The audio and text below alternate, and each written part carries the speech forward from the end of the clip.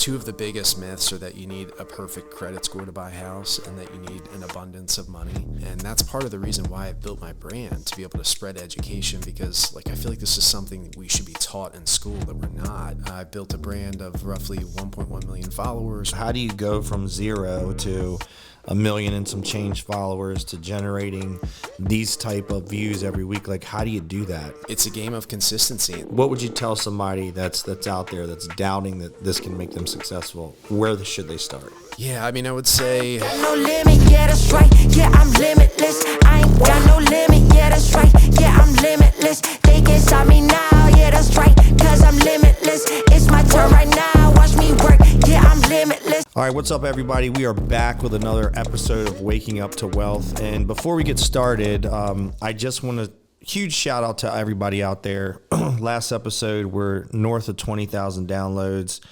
Because of all of you guys out there supporting us, we are number 2 in the United States right now as of today in investing. We're number 16 in business, and we're well under the top 200 in overall categories. Extremely excited because when I started this show, I wanted to go out investing and have just a completely different attitude on everything. And I greatly appreciate everybody supporting us. I just want to say thank you because being number 2 in the United States is pretty cool. So let's get into it today. Today I've got Scott Betley here with us, and Scott actually is one of my neighbors, actually. I've got a property on the water, and he's down the street from me, and we got introduced through a mutual friend. So tell, for those that don't know who you are, tell us who you are and what you do. Yeah, so my name's Scott Betley. I'm commonly known as That Mortgage Guy online. I built a brand of roughly 1.1 million followers, which has generated about 40,000 leads over the last 3.5-4 years on the mortgage business side. And it's kind of flipped the script in terms of loan officers and how it's worked over the years, just because it's always been, pounding pavement and building relationships with agents to try to get the referrals. And now having a brand and being able to go direct to consumer, it's just a whole different way to go about it. So it's been very exciting and chartering uncharted territory, and it's turned into the first influencer division that I launched with NFM about 2.5 years ago. So we have a team of about 15 influencers that we're online. We have about 5 million followers combined. We generate about 10 to 15 million organic views each week through socials. So that's kind of our game and what we focus on. But there's just, we're now starting to scratch at leveraging the brand to be able to create value for referral partners and doing all sorts of other things, because the direct-to-consumer piece is just one slice of it. Yeah, so that's amazing. Those are amazing numbers. I believe in any business you're in, you've got to be a marketer. In light of what's going on in real estate right now, it's more important than ever to build a brand and obsess about being a marketer. But so how do you? You kind of nonchalantly told us, all these cool things. So how do you go from 0 to 1 million and some change followers to generating these type of views every week? How do you do that? How did you do that? Honestly, it kind of sounds cliche, but it's a game of consistency. Yeah.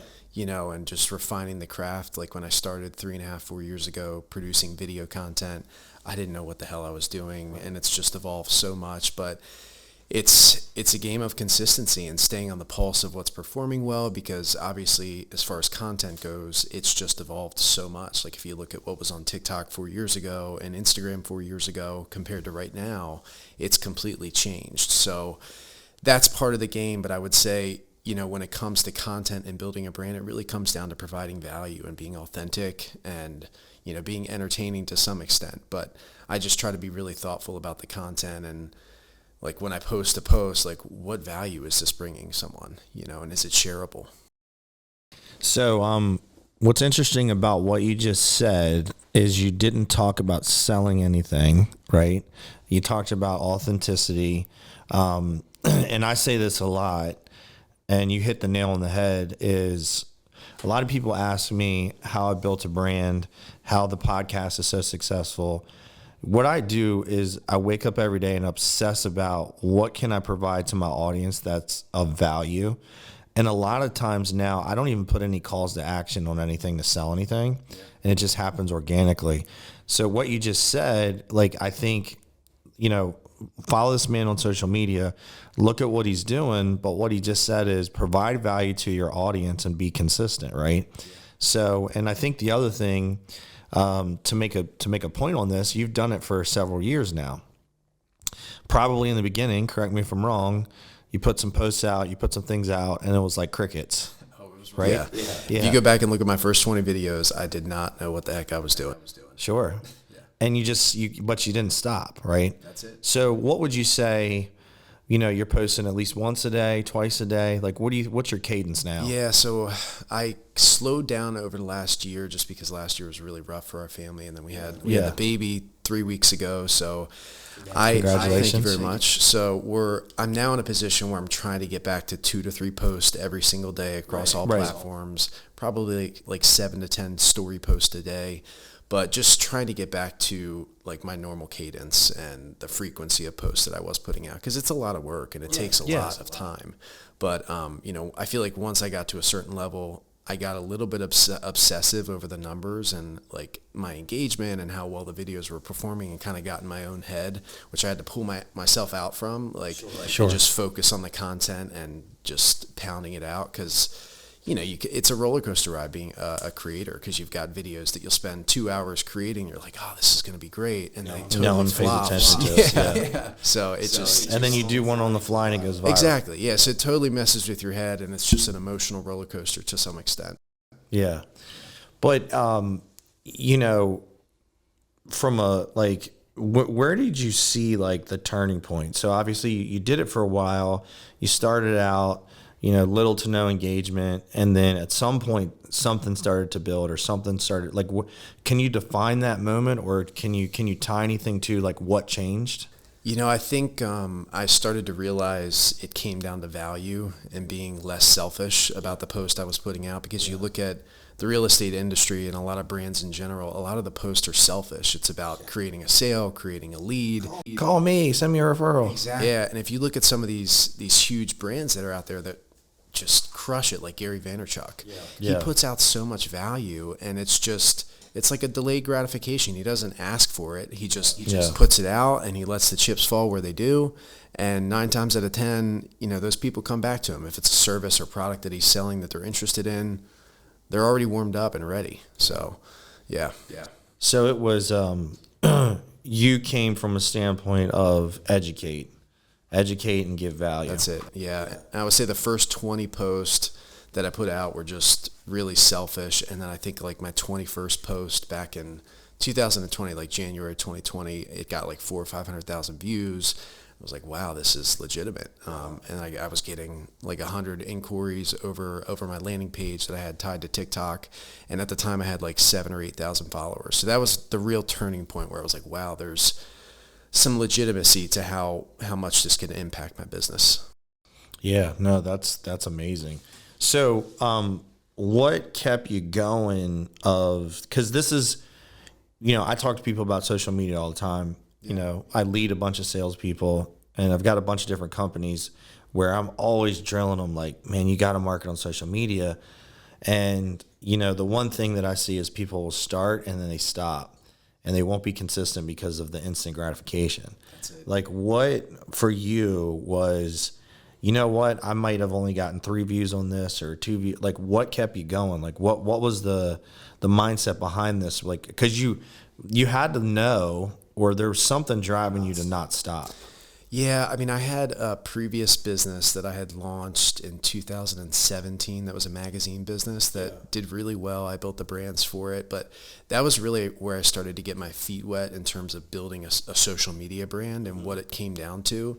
And it took me the better part of a year and a half to build that brand page up to like 25,000 followers, and that was a big piece to like our sales tactic in terms of bringing on new advertisers to the magazine. And that was really where I started to understand like the value side and exactly what it took to generate engagement and to create interest on the consumer side.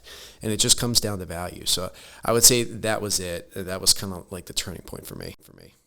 And for you, where do you get your highest lift as far as what platforms, like where do you see where do you see the best response, highest lift? It's a mix. I've got videos that perform really well on TikTok that don't go off on Instagram or Facebook. Yeah. But over the last year and a half, I started to focus on Facebook and on Instagram because prior to 2023, I think I had like 7,000 followers on IG and I had like 500,000 or 600,000 followers on TikTok. So I started to push more followers there and then just repurposing all of my content for IG and Facebook. But the organic reach on Facebook right now is outrageous. Like I know Zuck is really pushing hard to compete with TikTok, and he made that known, like I think it was in Q3 of last year or the year before, that he was doubling down on short form video and coming after TikTok, which well, you go to any video you go to post on Facebook now, they're like, do you want to make this a reel? Right. You know what I mean? Yeah. So they're pushing heavily for that, and that's part of the reason why I pivoted and just started repurposing the content. But you have to pull off that TikTok watermark. Like for me, I film all my content in TikTok, so I need to repurpose it and pull it out to repost it. But like I said, I have videos that perform so well on Facebook that totally flop on TikTok, and then, in reverse too. So it just depends. So what do you say to, because this, again, for me traveling, speaking on stages and talking to people, here's another huge kind of like fear, right? Right. All right. So I start going on social media and I get this following and I start getting, people, then people are going to troll me and say negative stuff. And, right. I'm sure you've had to have that happen to you, right? Yeah. It just comes with the territory, unfortunately. There's just no way around it. And if you're a real estate agent, for whatever reason, these Gen Z and millennials have such a hard on for agents. Like they think you guys are like the slime balls of the industry, like used car salesmen. And it's wild. I feel like there needs to be a big movement in the real estate world in regards to like the value you guys actually provide throughout the transaction 100%. and like relaying that to the consumer. They just don't understand. They have no idea. Yeah, absolutely. So it is what it is, right? Yeah. If you're going to build a brand, people are going to take shots at you. You just got to be comfortable with it. 100%. Just it is what it is. And you have to take it with a grain of salt and approach it from like a space of empathy, because if somebody's a keyboard warrior and firing off like cuss words on your post or whatever the case may be, they're probably in a rough spot. Yeah, they got some shit going on. That's it. Yeah, So, something's motivating that energy that's not good in their life. 100%. Yeah, yeah. So, I think real estate is misunderstood by most consumers, and I think the headlines right now will, attest to that. And I've talked to a bunch of news folks in the last week, and I can't say enough how off they are. Yeah. But like on the mortgage side, for someone that's listening to this, like give us one or two of the biggest myths that's like, that people don't understand that you wish more people understood from the mortgage standpoint. Yeah, I mean, I would say two of the biggest myths are that you need a perfect credit score to buy a house and that you need an abundance of money. We're a local lender here in the States, so we work with a number of down payment assistance programs. We lend down to a 500 credit score. And to be honest, like I grew up in a family that didn't come from a lot of money, and like the financial literacy and this entire world that I'm now wrapped up in, I didn't know the first thing about it. Sure. And so like when I went to go purchase my first home, it was very eye-opening for me. And that's part of the reason why I built my brand, to be able to spread education, because like I feel like this is something that we should be taught in school that we're not. Absolutely. And so that's kind of where I come from and why. But I lost my train of thought on what your question was. So first one was, well, the myths, and you said credit score and down payment. Right. Is there anything else that you would wish more people knew? No, I would just say, it's not that difficult. Yeah. I would just try and just see what you can qualify for. Like I talk to so many people that have kicked the can down the road for a few years because they're just afraid to try. Yeah. It's a fear. It is. Yeah. And they have this fear built up in their head and they just don't want to take the jump. But, we have so many clients that close with us and they're like, man, I didn't think I would be able to purchase a home, and you guys got me to the table. This is incredible. So that's what I would just say. Just take the leap and try. It can't hurt. Switching back to the marketing side, which that's great advice, by the way. If someone's out there and they want to start marketing their brand, right? Doesn't matter what they are. I think we'd both agree that social media is just the fastest way for you to just rocket ship anything. But to the person who's like, I don't know what to talk about. I don't know where to start. I don't know what to do. Like, what's your advice of like, hey, this is where you start, right? And understanding you got to be patient, but what would you tell somebody that's out there that's doubting that this can make them successful? Where should they start? I would start with consuming content. Like I talk to so many agents that have that same feeling, like they don't want to jump in, they're unfamiliar. And I didn't do this when I started, but I would spend 15 to 20 hours consuming content on TikTok and on Instagram Reels within your niche. So you can get a good grasp on what's out there, like what other creators are putting out, the nuances to their content, the styles that they're putting out. And as you do that, you can figure out how you want to position your brand and like all these different transitions and different things that different creators are doing that you can incorporate into your content. I would start there. But as far as like specific styles of content, I mean, the green screen videos, they're so simple to produce. You can produce them right in TikTok and use the green screen effect. Just click a still, or you can do a green screen video and you drop it right into TikTok, and it's a filter in the app. You don't have to have a green screen room. It's very simple. I just filmed a green screen video before I came into the office to do the podcast. So that's one style of content that performs really well. And then another style of content that is super easy is stitch content, where you can ride the coattails of other viral creators, take a piece of their content and use it as your hook to your video, and then go into your 2 cents about why it's important or your stance on it, and so on. So those are two styles that are performing really well right now. But I would say, like, if you're struggling to come up with ideas, there's so many resources out there. I mean, you look at these news outlets, Housing Wire, there's resources like Ask the Public, where you can go online and look at keyword searches for what consumers are looking for online, so you can kind of reverse engineer how you want to position your content and what you want to talk about. But that's where I would start. Yeah, one of the things I always say to people that they don't get or understand is whatever profession that you're in, if you do it every day, you have 99% more knowledge than the rest of the general public, and you don't understand your own skill set and how much you can actually talk about that people don't understand. Because a lot of times people say, I don't know what to talk about. It's like, talk about what you do every day. That's it. Do you know what I mean? Talk about how you solve problems in whatever vertical that you're in. You know so much more than everybody else, and you just don't even realize it, right? 100%. And then we have so many people that are like, well, I'm 56. I can't post on social media. Yeah. It does not matter. We have a guy named Craig Cam who's on our influencer team. Yeah. He's 60. I'm going to say 61 or 58. He gets like 2-3 million views a week on TikTok. He's crushing it. Yeah. And he does very simple videos. He's talking about client situations and regulations and new headlines, but it's very simple and it's pretty dry, but it works. Like, he's crushing it. Check him out, Craig Cam. Yeah. So we always end the show the same way, and the show's called Waking Up to Wealth. So, I always ask everybody, and it's whatever your version is, right? Can be whatever it is. But what does waking up to wealth mean to you? I mean, waking up to wealth for me really comes down to like my family and health.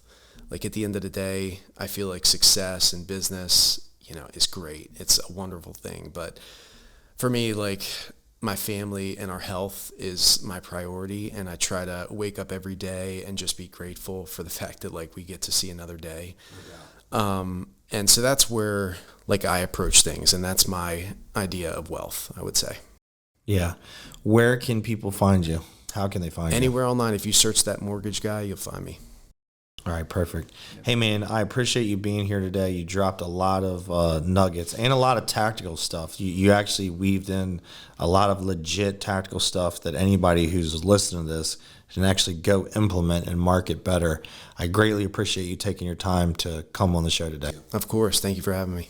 Hey, thank you so much for checking out our YouTube channel and checking out our podcast, Wake Up to Wealth. As a thank you, you've got a link that you can check out to get a free ebook on investing in real estate. And then also, if you're interested in potentially coaching with me, coming to one of my events, are investing in one of my deals or funds or anything like that, you can actually check out our website to find more information out about that as well. You'll have both links. And again, want to just say thank you, and you can follow up with me for anything else I might be able to help you with. And thank you so much for tuning in to learn more about how to get wealthy.